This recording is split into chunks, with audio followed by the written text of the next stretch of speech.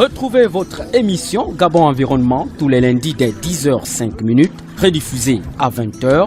Gabon Environnement, une émission qui traite des questions environnementales avec Arnaud Ondo Ngozogo et Lise Obon Angoro. Nous suivre sur les ondes 88.7 et 96.5 et sur le bouquet canal 447. L'environnement, notre priorité sur Radio Gabon, la référence.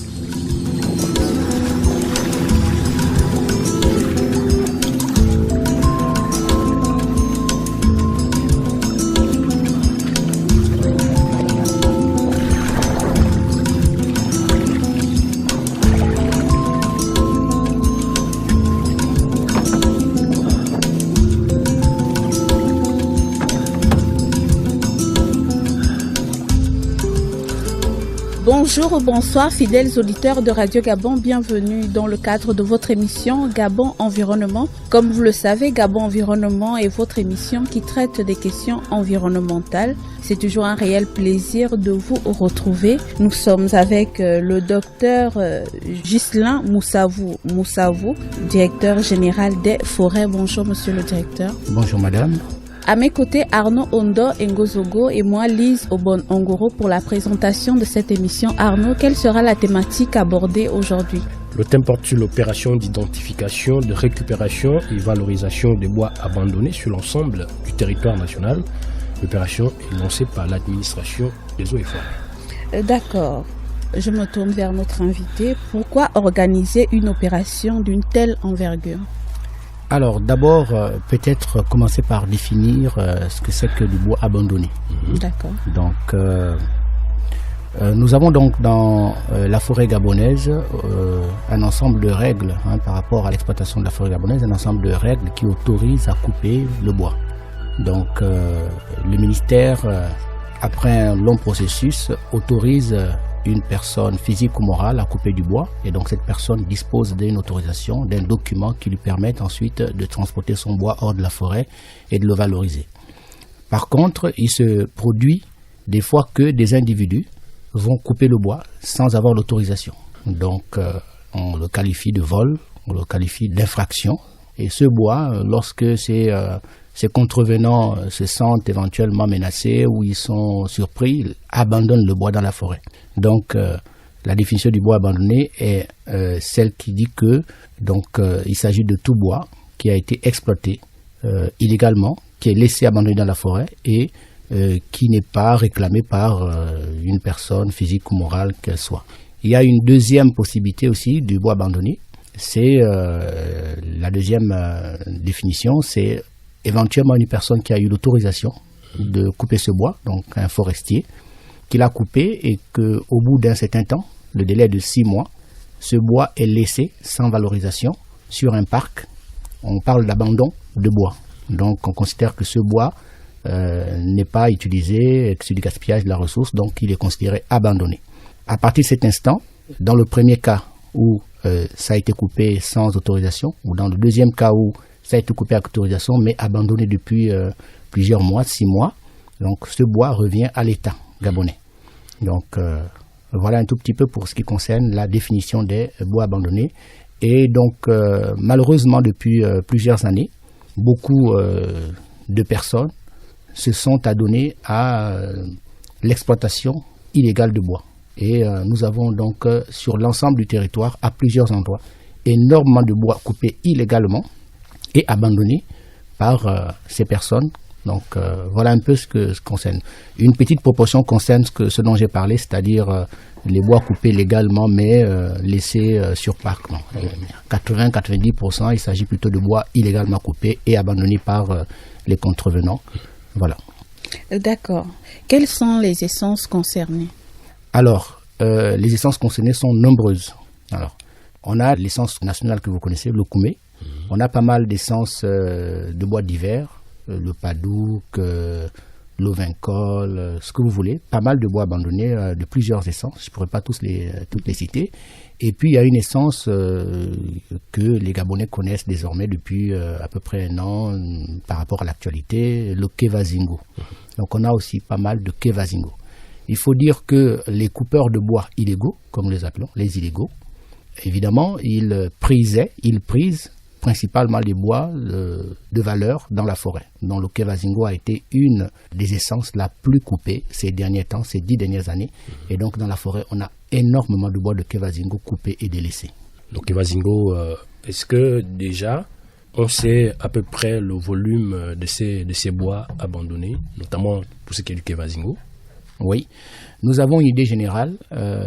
À l'heure actuelle, depuis que nous avons lancé l'opération de récupération des bois abandonnés, donc une des phases de cette opération, c'est la déclaration par des personnes volontaires qui viennent nous dire « j'ai du bois ici que j'ai retrouvé dans la forêt ».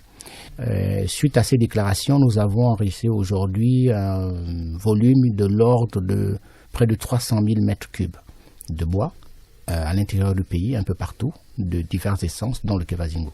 Voilà, donc nous avons une idée générale. Après, vous savez, il y a des déclarations en doublon, donc le volume peut être moins, le volume peut être plus. Mais voilà, nous sommes à plusieurs centaines de milliers de mètres cubes de bois abandonné dans la forêt, ce qui vaut très cher. D'accord, Arnaud, s'il te plaît. Comment reconnaît-on un bois abandonné, vu qu'il y a toujours des marquages sur chaque bois? Alors, comment reconnaît-on un bois abandonné? Déjà, le bois abandonné n'est pas dans une concession forestière, c'est-à-dire que lorsqu'un bois abandonné a été régulièrement coupé par une personne qui a eu l'autorisation de l'administration, en général, il ne le laisse pas longtemps, quelque part, sans surveillance, ni sans le valoriser. Donc, dès qu'un bois est laissé quelque part 1, 2 à 3 mois, hors d'une concession forestière, en sachant que les concessions forestières sont généralement protégées, donc systématiquement, un citoyen peut commencer à se dire « ce bois pourrait être abandonné ». À ce moment, il peut se rapprocher des services des eaux et forêts, qui sont, on va dire, localisés partout dans le territoire. Donc, à chaque province, il y a un directeur provincial. Chaque département, il y a un chef de cantonnement. Et donc, vous vous rapprochez rapidement du chef de cantonnement et vous indiquez que j'ai vu du bois abandonné, qui semblerait être abandonné quelque part. Et normalement, au bout de quelques investigations, la confirmation est faite que c'est du bois abandonné ou pas. Et qui doit faire justement cette déclaration d'existence de bois abandonné en forêt? Tous les citoyens. Alors, pour revenir un tout petit peu en arrière, il s'était mis en place une sorte de marché du bois abandonné.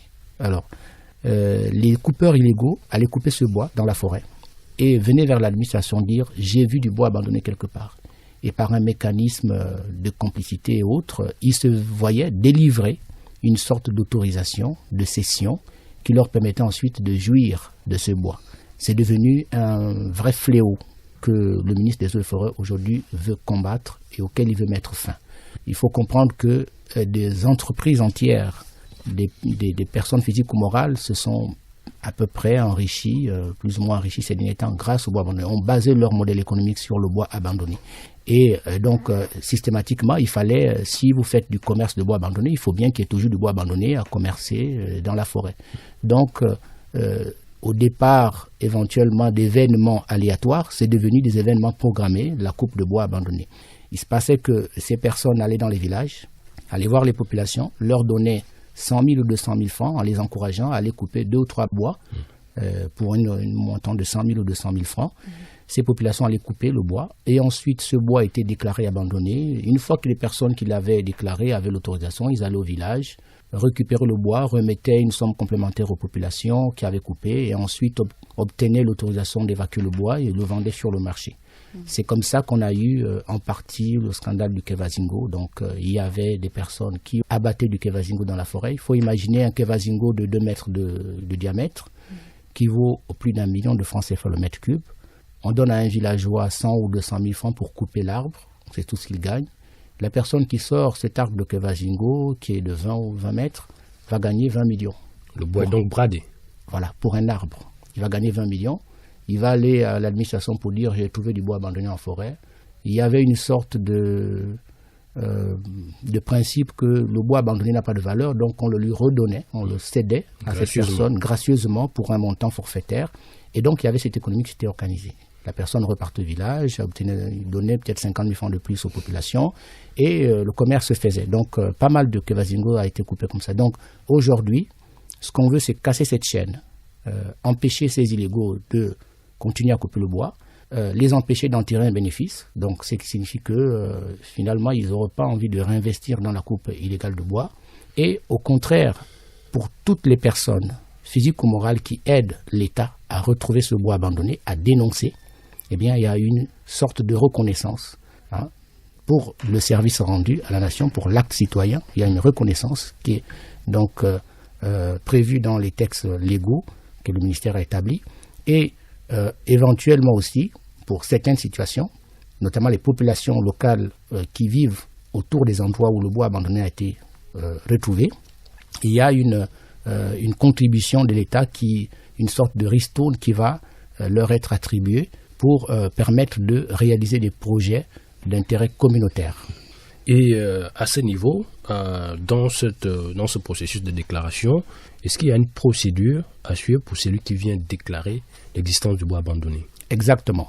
Donc la déclaration de bois abandonné s'est faite de deux manières, soit par lettre, par correspondance adressée aux autorités du ministère des Eaux et Forêts, le chef de cantonnement, le directeur provincial, le directeur général, le ministre lui-même.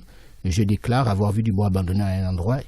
Sinon, vous pouvez vous faire entendre sur PV par les agents des Eaux et Forêts, le chef de cantonnement, le directeur provincial, et même au ministère, vous pouvez arriver et dire « j'ai vu du bois abandonné à tel endroit », vous allez indiquer toutes les informations.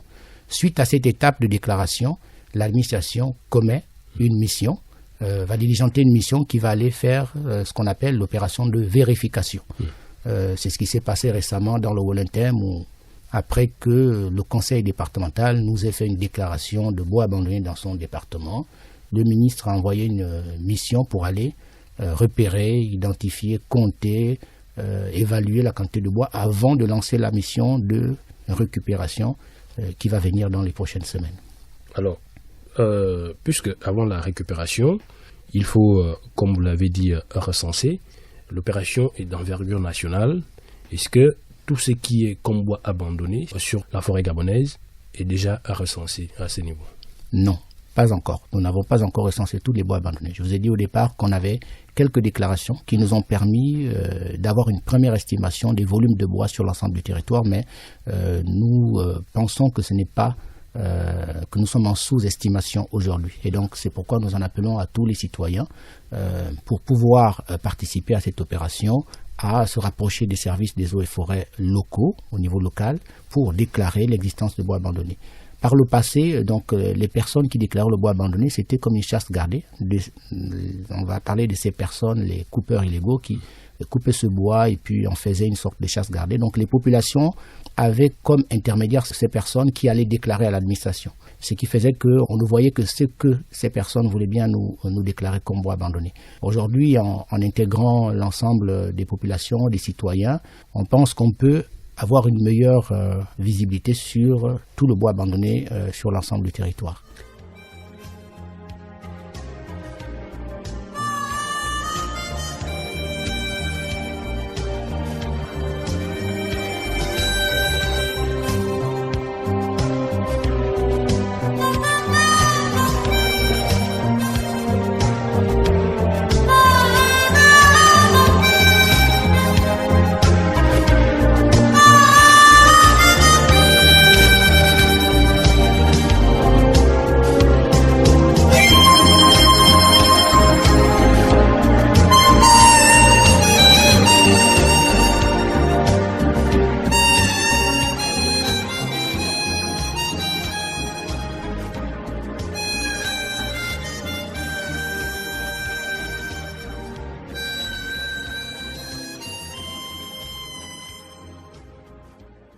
Et cette opération s'étend sur les 9 provinces?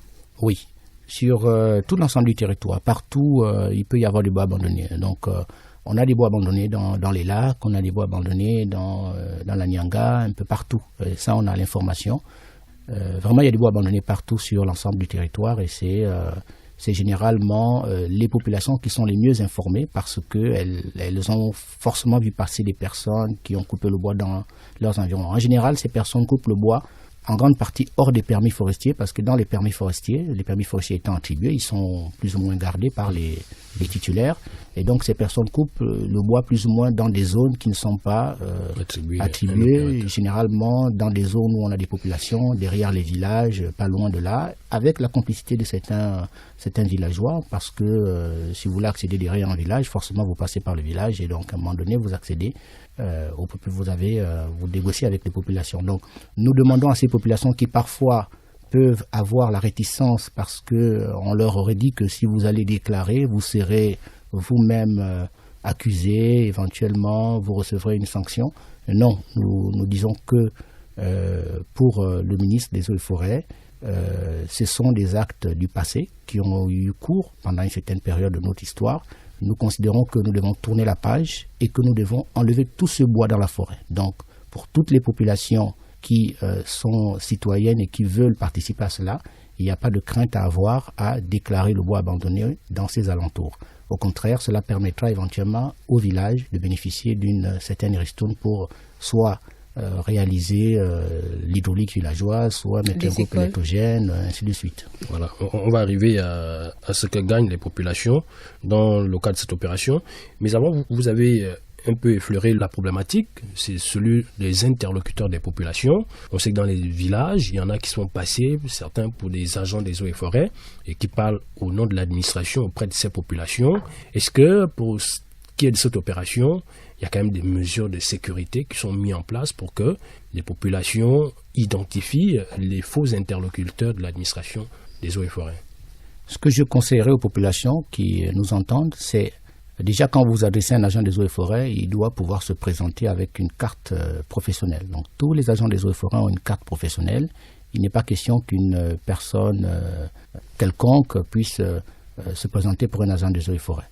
Dans le cas où un agent des eaux et forêts se présenterait pour faire du trafic d'influence, nous le disons aussi, il suffit de se rapprocher des services du ministère des eaux et forêts. Si vous considérez que les services auxquels vous avez affaire, éventuellement pour des raisons X, Y, Z, ne sont pas à votre écoute, contactez la Direction générale des forêts, contactez le ministère directement. Normalement, nous recevons et le ministre lui-même reçoit les correspondances des populations les plus lointaines auxquelles il répond directement.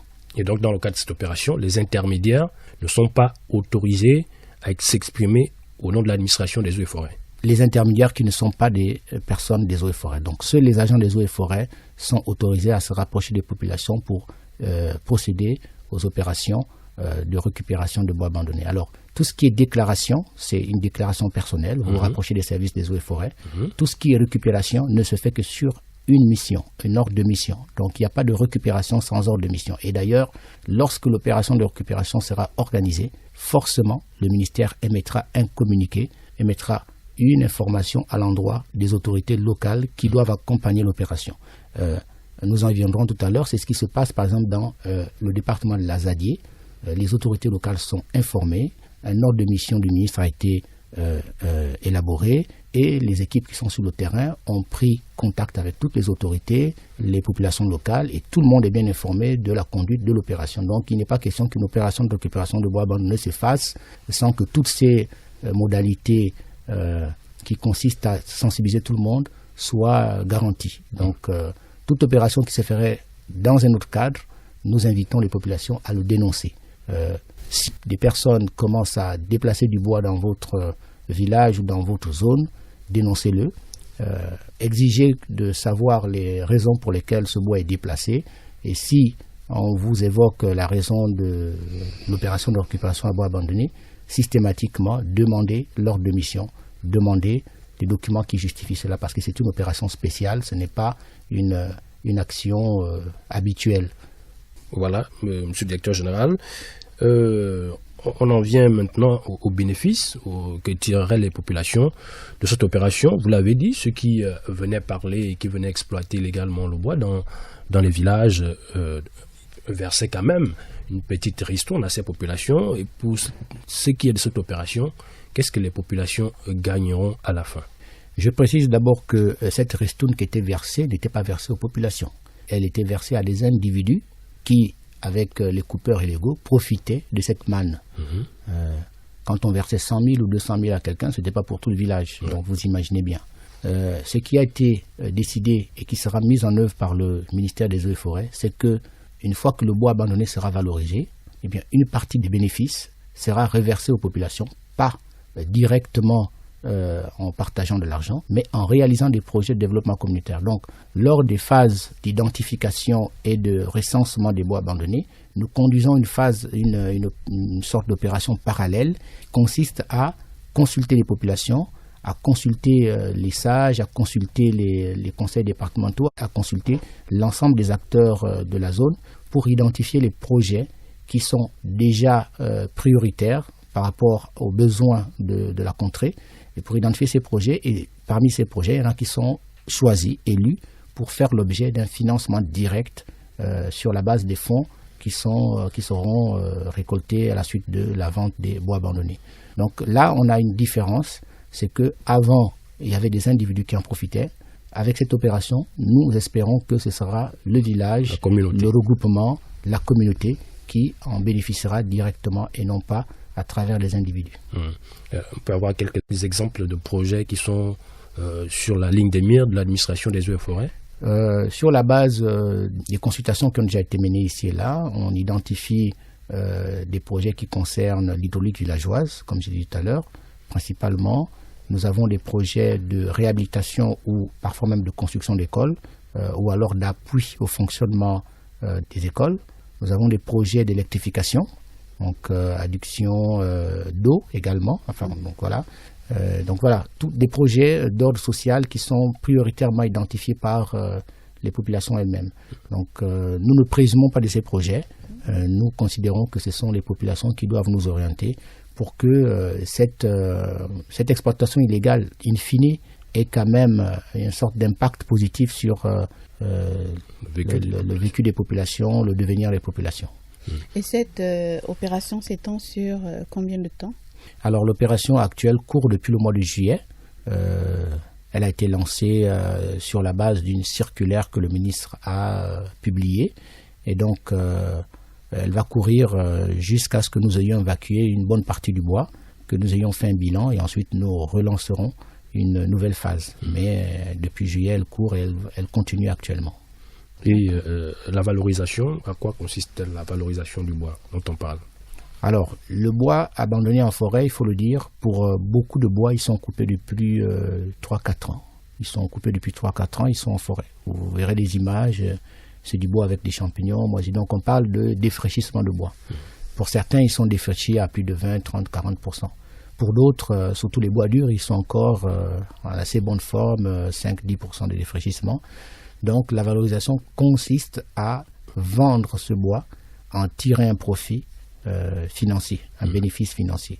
Donc cela consiste à sortir le bois de la forêt. Donc c'est des opérations assez lourdes. Il faut sortir le bois de la forêt.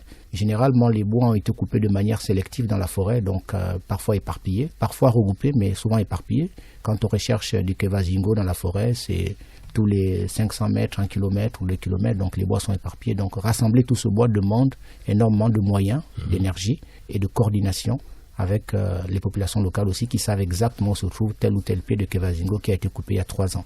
Donc une fois qu'il a été coupé de manière sélective dans la forêt, donc parfois éparpillé, parfois regroupé, mais souvent éparpillé.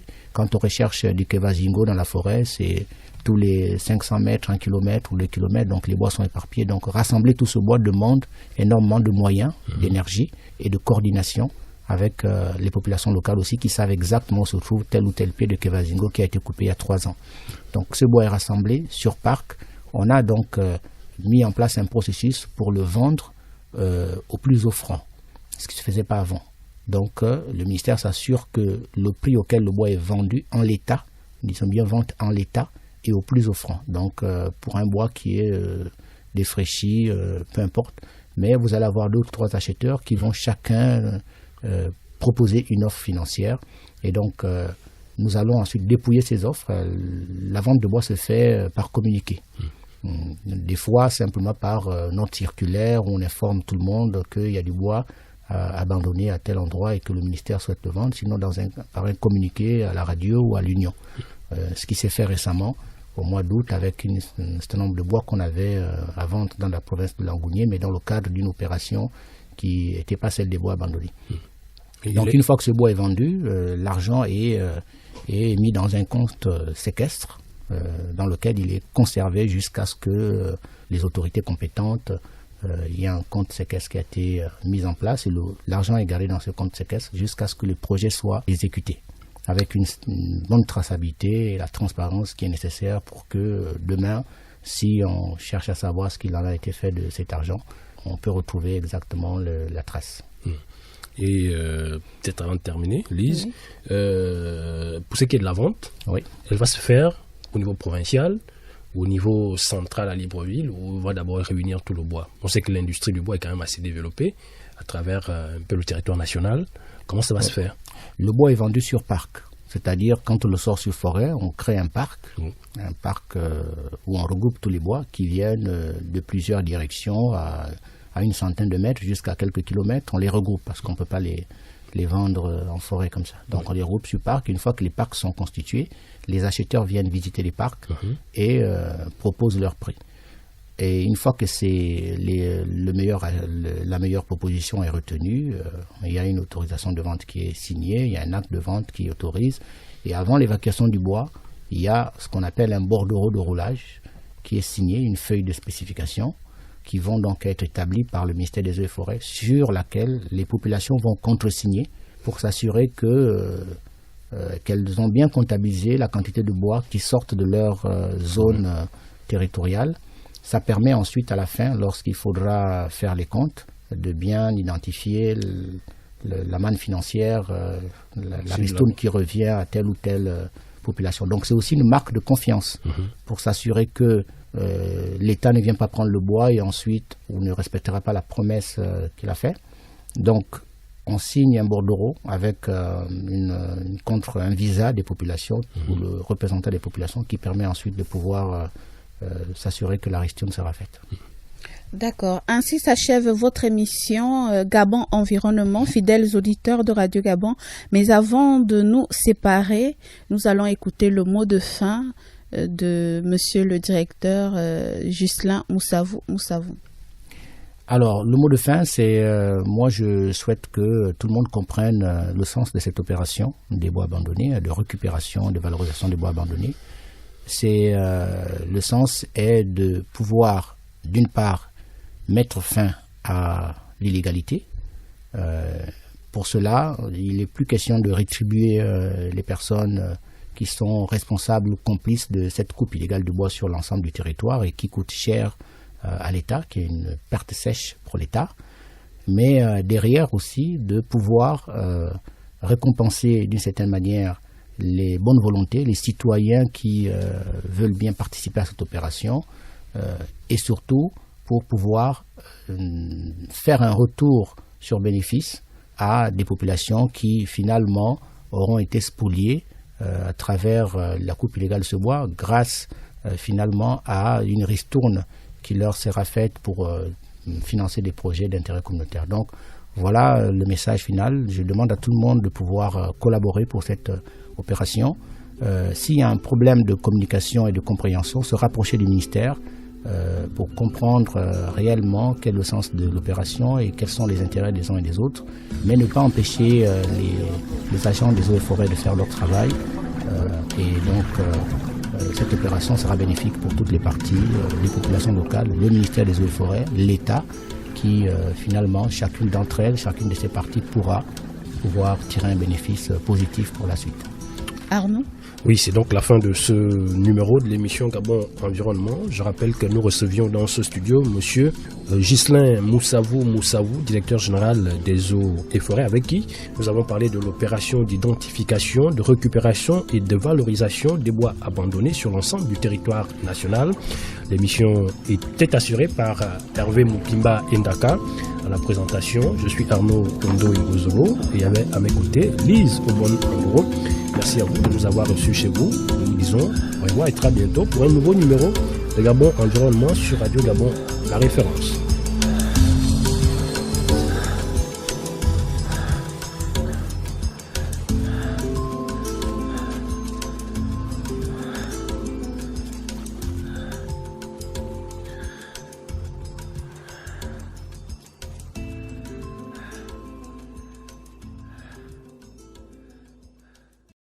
Vous êtes câblé sur Radio Gabon émettant de Libreville, 88.7, 96.5 FM.